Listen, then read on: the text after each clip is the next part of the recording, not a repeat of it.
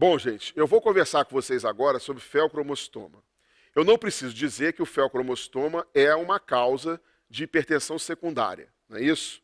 Todo mundo sabe, o feocromocitoma é um tumor da suprarrenal que produz grande quantidade de catecolamina, causando hipertensão secundária. Todo mundo sabe isso. Mas vale a pena a gente revisar algumas coisas importantes antes de falar até no próprio feocromocitoma. Vamos rever rapidamente o nosso sistema simpático adrenal, tá? O que acontece? O nosso sistema simpático adrenal, ele nasce durante a embriogênese de uma célula chamada de simpatogônia. A simpatogônia ela está localizada na nossa crista neural. A simpatogônia ela se diferencia em duas células, em dois tipos celulares. Os simpatoblastos, que vão formar os gânglios simpáticos, que nada mais são que os neurônios simpáticos, e ela se diferencia também em feocromoblastos. Esses feocromoblastos, eles migram, se assestam na suprarrenal e dão origem aos feocromócitos ou células cromafins, que vão dar origem à medula suprarrenal. Uma coisa muito importante, durante a migração, os feocromoblastos podem formar também grupamentos de células cromafins em torno da aorta, principalmente da aorta abdominal. Nós chamamos esses grupamentos de células cromafins em torno da aorta de paragânglios. O que acontece após o nascimento? Após o nascimento, os paragânglios eles regridem e desaparecem, mas alguns indivíduos podem ter ainda paragânglios e, eventualmente, tumores feocromocitomas nascerem desses paragânglios. Quando isso acontece, nós chamamos de paragangliomas. Tudo bem? Vamos lá. Quais são as variedades de feocromocitoma? Existe o feocromocitoma esporádico, que é o mais comum. Indivíduos entre 30 e 50 anos de idade, não têm preferência por sexo. Esses indivíduos têm o tumor localizado em uma das suprarrenais. É um tumor de comportamento benigno. Pois é, esse é o feocromocitoma esporádico, que representa a maior parte dos casos. Existe o feocromocitoma relacionado a síndromes hereditárias, neoplasia endócrina múltipla tipo 2A e 2B. Lembra, a neoplasia endócrina múltipla, o grande problema dela não é o feocromocitoma, é o carcinoma medular de tireoide. Na 2A, além de carcinoma medular de tireoide e feocromocitoma, você tem hiperparatireoidismo. E na 2B, além de feocromocitoma e carcinoma medular de tireoide, você tem um hábito marfanoide do paciente. Doença de von Hippel-Lindau, que é uma condição muito rara, onde você tem hemangioblastose cerebelar, angioma de retina, cisto renal, cisto em pâncreas, cisto em epidídimo, tá certo? Associado também ao feocromocitoma. E a neurofibromatose, você tem aquelas tumorações vegetantes, manchas de café com leite e também um risco maior do desenvolvimento de feocromocitoma. Mas são condições muito raras. As características do feocromocitoma nessa condição é que eles são bilaterais, benignos na maioria das vezes, eles estão limitados à suprarrenal e eles produzem basicamente adrenalina. Gente, olha só, todo feocromocitoma limitado à suprarrenal, ou seja, não é extra-suprarrenal ou extra-adrenal, costuma produzir mais adrenalina do que noradrenalina. Tudo bem? Tranquilo? Porque dentro das células cromafins da adrenal existe uma enzima que converte a noradrenalina em adrenalina. E isso acontece também no tumor. Então, obviamente, você vai ter mais produção de adrenalina do que noradrenalina quando o tumor se originar na suprarrenal. Tudo bem? Agora, a última edição do Sabeston já coloca um tipo de feocromocitoma que tem sido reconhecido mais ultimamente nos Estados Unidos, que é o feocromocitoma familiar. É aquele feocromocitoma que se origina em indivíduos mais jovens, tá? É um feocromocitoma, geralmente, multifocal, com tumores extraadrenais, principalmente paragangliomas torácicos, abdominais, cervicais, tudo bem? E esses pacientes têm uma maior probabilidade de malignidade do que o feocromocitoma esporádico. Multifocais, malignos, extraadrenais. Parece que esses indivíduos têm um problema numa enzima chamada succinato desidrogenase, que é uma enzima mitocondrial. Então isso é interessante. Outra coisa no feocromocitoma que a gente lembra muito bem é a famosa regra dos 10, né? 10% bilateral, 10% extraadrenais, dos tumores extraadrenais, 10% são no tórax, 10% em menos de 20 anos, é 10% para tudo. Só que isso aí ele vem caindo um pouquinho de moda, né? Por exemplo, na última edição do Sabiston, ele diz que a malignidade dos feocromocitomas, ela varia muito na literatura, dependendo da série estudada, e pode variar de forma assustadora de 2,5% até 40%, dependendo do grupo estudado. Obviamente, se você for estudar os feocromocitomas familiares, você vai ver que é uma incidência absurda de tumores malignos. Um tumor endócrino maligno, a gente só sabe pelo envio de metástase, pela invasão vascular, invasão de estruturas adjacentes. Tudo bem? É assim que a gente reconhece malignidade em um tumor endócrino. Vamos embora. Qual é a clínica do feocromocitoma?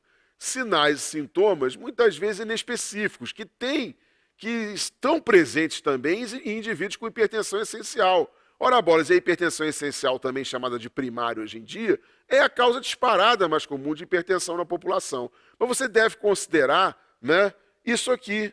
É uma hipertensão, a hipertensão do feocromocitoma, ela pode ser uma hipertensão mantida, tá? Ou a hipertensão episódica, tudo bem? E alguns pacientes com hipertensão mantida, eles podem fazer agravamentos da sua hipertensão arterial. Ou então pacientes que não são hipertensos e fazem hipertensão, quadros hipertensivos episódicos. Uma coisa que chama a atenção é uma hipertensão acompanhada de cefaleia, acompanhada de sudorese profusa, acompanhada de palpitação. Isso é muito importante. Outros achados também que lembram a possibilidade de um feocromocitoma é tremor, palidez, ataques de pânico, né? Às vezes uma fraqueza generalizada. Então, às vezes, o feocromocitoma faz até diagnóstico diferencial com síndrome do pânico num paciente com hipertensão essencial. Agora, essa tríade aqui é uma tríade muito importante para a prova. Cefaleia, sudorese, palpitação. Principalmente cefaleia e sudorese. Então, nessa condição aqui, o paciente hipertenso, ou com uma hipertensão mantida, ou com episódios de hipertensão, que tem essa tríade, você deve suspeitar muito de feocromocitoma. Deve, pelo menos, investigar. Ou então, presença da tríade, mais um quadro parecido com uma síndrome do pânico, deve também investigar feocromocitoma. Tudo bem? Tranquilo? Lembrando sempre que o feocromocitoma é raro, mas não quer dizer que ele não deva ser investigado. Tudo bem? Vamos embora. Diagnóstico e localização de feocromocitoma. Isso aqui, gente, cada livro fala uma coisa diferente. É melhor dosar catecolamina urinária, é melhor dosar metanefrina, o ácido vanil mandélico não serve para nada, cada um fala uma coisa. O que a gente sabe é o seguinte, preste atenção. O ácido vanil mandélico, ele não é usado mais hoje em dia. A dosagem urinária do ácido vanil mandélico não é usado mais. Ele tem baixa sensibilidade, baixa especificidade, então isso foi abandonado. O único algoritmo que eu achei um algoritmo razoável foi o algoritmo do Sabiston. Né? O algoritmo do Sabiston começa o seguinte, ó, o indivíduo vai ter a sua metanefrina plasmática livre dosada. Tudo bem? O que acontece com a metanefrina plasmática livre? Ela tem uma sensibilidade absurda, porém uma especificidade baixa. Em outras palavras, a gente usa a metanefrina urinária livre devido ao valor preditivo negativo que ela tem. Se uma metanefrina urinária livre vier normal, a gente afasta com segurança a possibilidade do paciente ter um feocromocitoma. Mas ao passo que se ela vier positiva, pode ser como pode não ser. Tem uma grande quantidade de falsos positivos. Então ela é que nem o dedímero na embolia pulmonar. Ela tem um valor preditivo negativo. Tá normal? Tá. Afasta feocromocitoma. Tudo bem? Mas vamos imaginar que a metanefrina plasmática livre veio aumentada. Dá para fazer o diagnóstico de feocromocitoma? Óbvio que não. O próximo passo é a dosagem urinária de metanefrinas urinárias totais e catecolaminas urinárias livres. Você vai fazer isso aqui, tá certo? Se elas vierem positivas, você busca a localização do tumor. Se elas vierem negativas, você repete mais uma vez, Aí, vindo positiva, você investiga o tumor, determina a sua localização. Aqui já existem controvérsias. Você faz a metanefrina urinária total e catecolamina urinária livre por 2 vezes. Se vier negativo as 2, você repete por mais 2 vezes. Isso varia. Esse algoritmo me parece o mais lógico.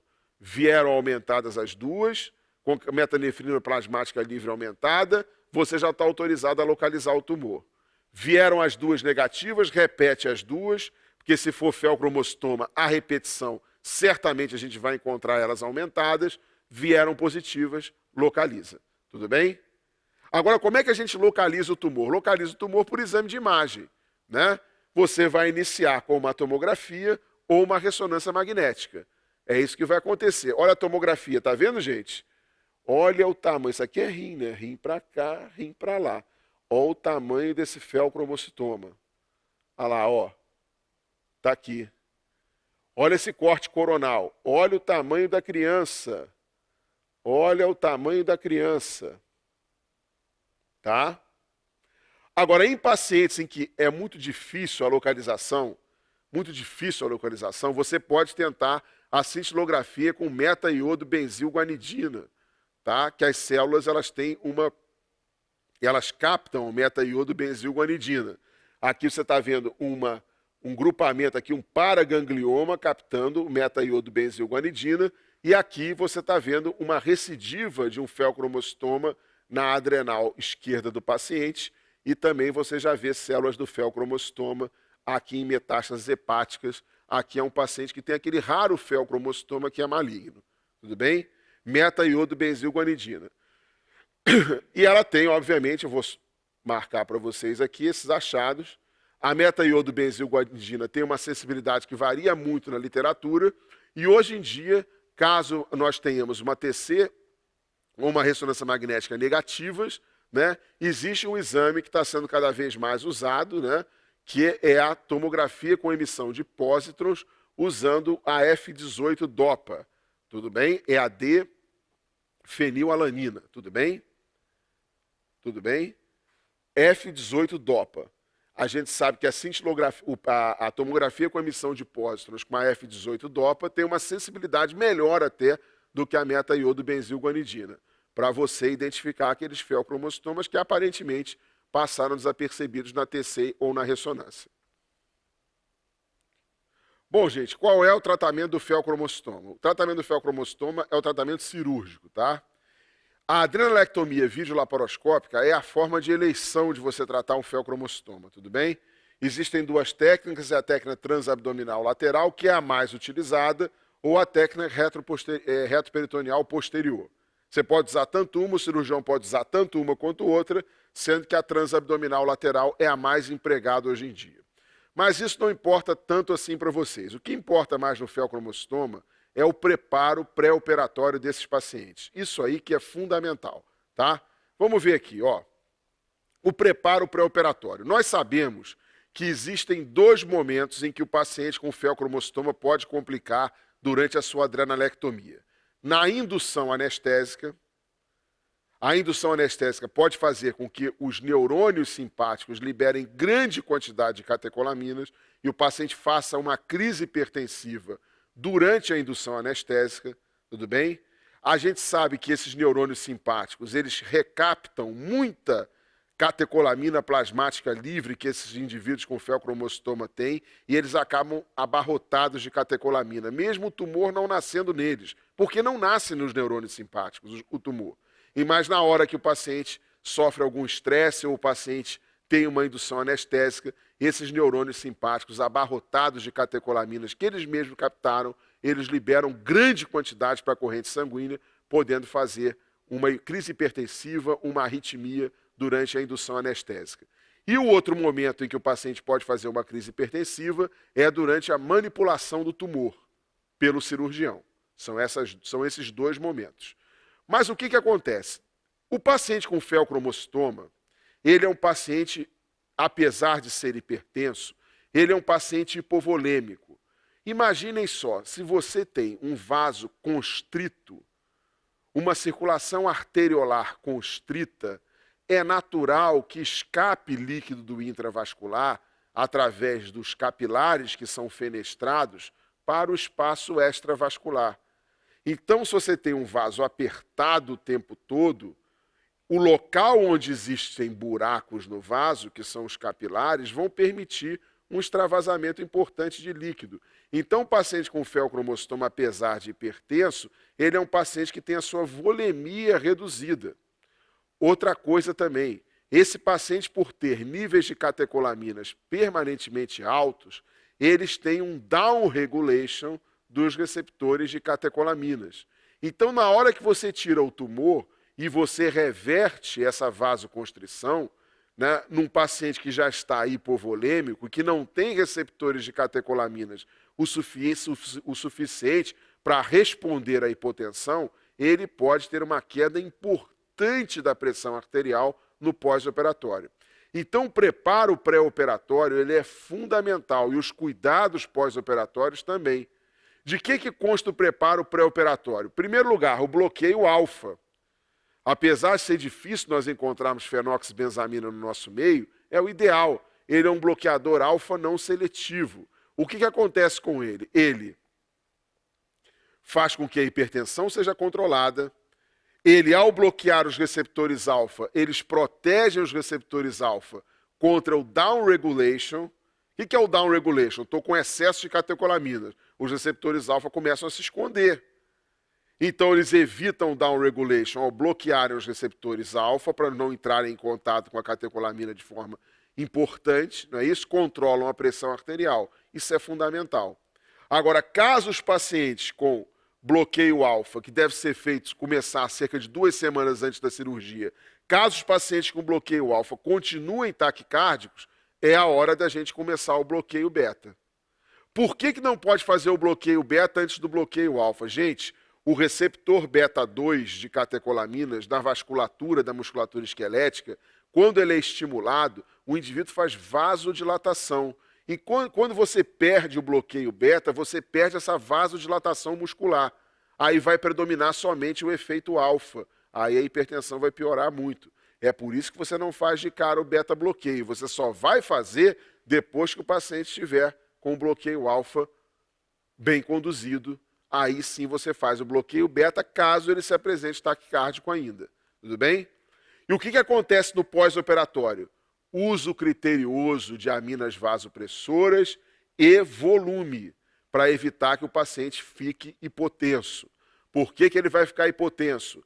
Ele pode ficar hipotenso porque ele vai ficar agora, ele não é mais vasoconstrito, ele tem um déficit de volume intravascular e ele tem um downregulation de receptores alfa. Tudo isso é corrigido por um preparo pré-operatório bem feito. Então, ficou hipotenso no pós-operatório, basta a infusão de volume rápido, soro fisiológico, você corrige isso.